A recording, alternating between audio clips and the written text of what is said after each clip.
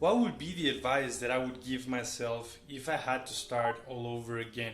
If I want to become nomadic and if I wanted to be able to enjoy life overseas?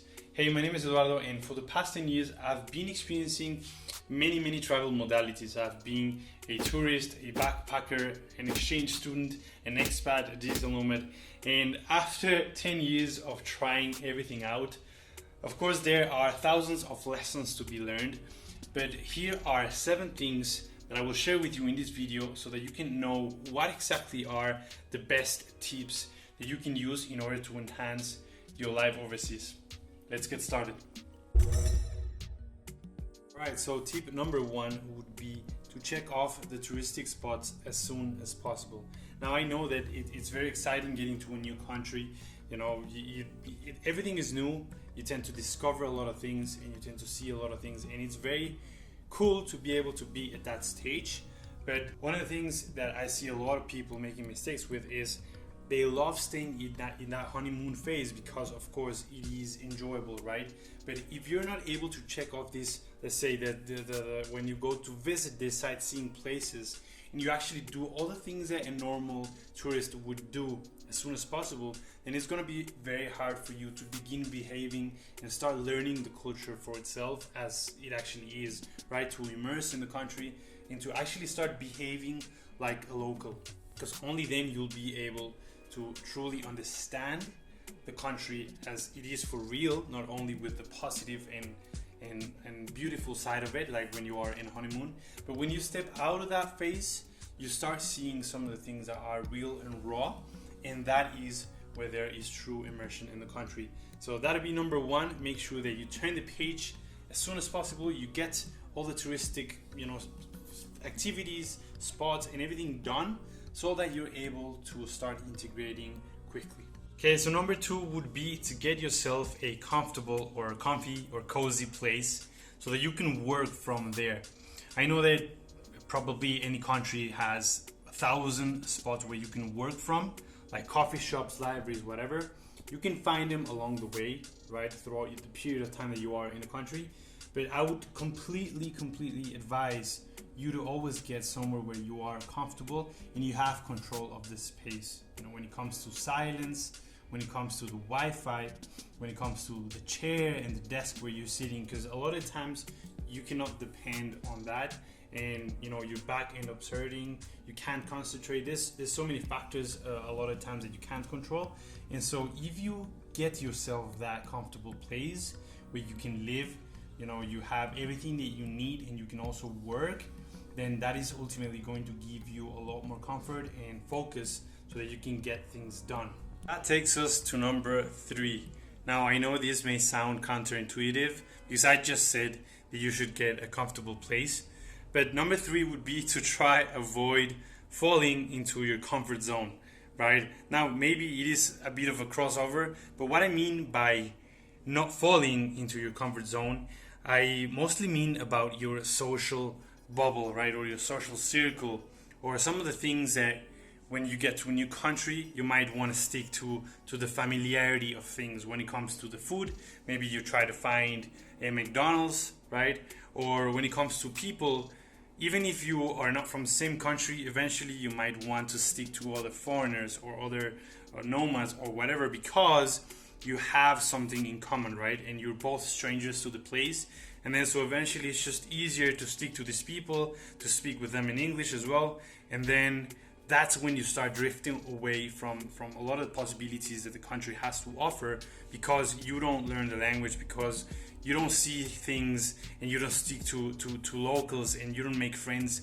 And some of these things will eventually just end up hurting you because you can't really develop a mindset just like a local. And that would take me, of course, to point number 4, which would be to learn at the very least, the basics of the local language. Now I know that there's 1,000 things that you have to do in order to be able to become fluent, and a lot of people struggle. I personally believe that it's a lot about doing the right thing, right? When you know what works, then you just keep on doing more of that. And learning language is not hard, it's not complex, it's just about doing the right thing. And so I am always up for learning the entire language to a fluency where I can really feel myself comfortable and confident to speak with other people. But it doesn't have to necessarily be that you speak the entire language. Look, if you're at a country and you're spending a couple of weeks, couple of months, maybe a year or whatever time that you're there, at least learn the most basic stuff. Please. Like, I see so many people, and I've encountered people who've been living in a country for 3, 5, 7 years, and they can't even say thank you and I need a spoon, right? Which is, for me, it's even more about respect. And so I would totally advise you to be able to learn, if you want, right? If you're not interested, just the basics, so that you can show a little bit of respect. It's not about communication, it's about connection. And so if you're able to do that, people will welcome you with arms wide open.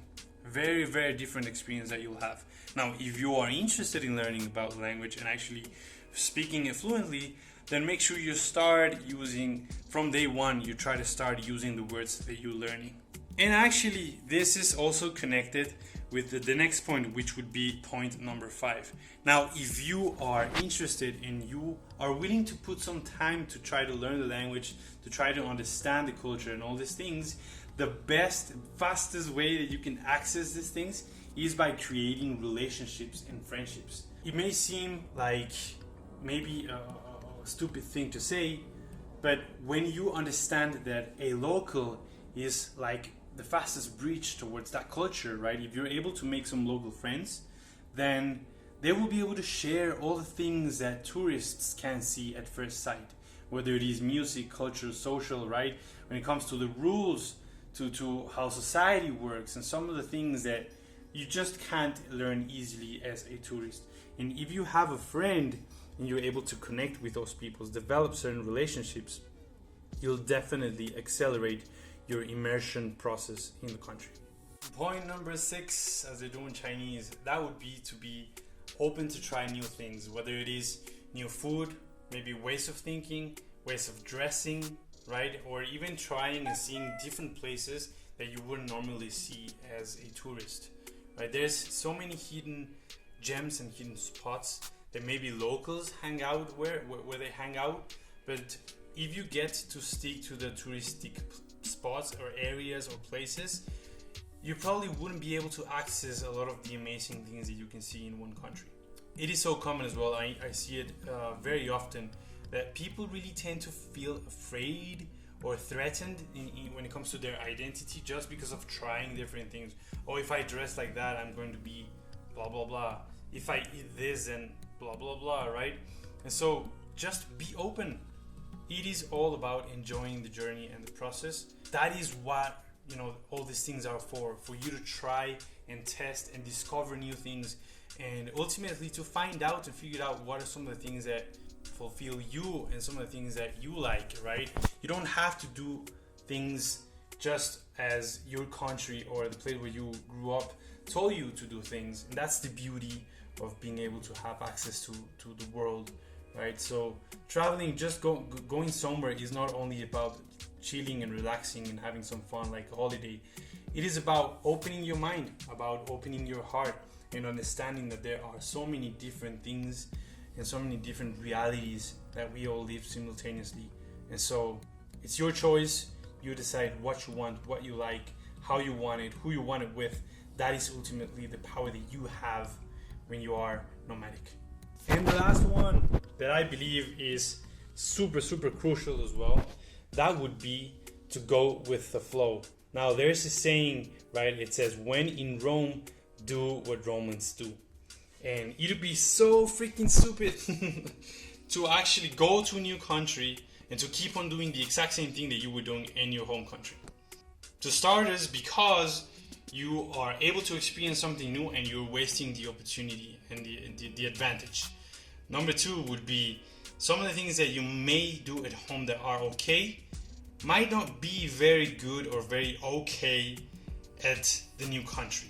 That can not only affect the way that you take advantage of your opportunities overseas, but it can also get you in trouble, right? And so that's why I always say there is a country for anything that you want, right? If you want to race, cars, you could go to Germany and drive high speed. If you want to, I don't know, smoke weed, you can go to Amsterdam, right? If you want to do anything that you want in life, there's always a country for that, right? And that's the beauty about it. But when you are in that country, it is crucial for you to not only follow the rules so that you avoid not getting in trouble, but also follow and do exactly as other people do, because that will give you advantage when you mirror, when you model, when you see how are people speaking, how do people think, how are people doing in that country. You'll get to a place where maybe you'll even be able to camouflage and be able to understand and do things almost exactly as people are doing there. And that will give you an advantage over any type of traveler or long-term tourist that is in that country. So make sure you follow the norms, you respect, you are able to integrate, you show certain kindness to the people out there and appreciation as well, because they're welcoming you, and just overall enjoy the process. Okay, and that would be the best 7 tips that I would give anyone, whether it is me myself back 10 years or anyone else including you. And that is regardless whether you're getting started, whether you have done this for a couple of months or maybe a couple of years, right? It doesn't matter. In the end of the day, it is all about using these principles to enhance your life wherever that you are going and you're living. And so if you enjoyed these videos, quite simple, I know, the setting and everything, but I hope that this was valuable content for you. And if you enjoyed this video, I would extremely appreciate you giving it a thumbs up, and also subscribe if you enjoyed this type of content. Just comment below as well. Let me know which type of videos you'd like to see in the future. This is Eduardo, and I'll see you guys soon.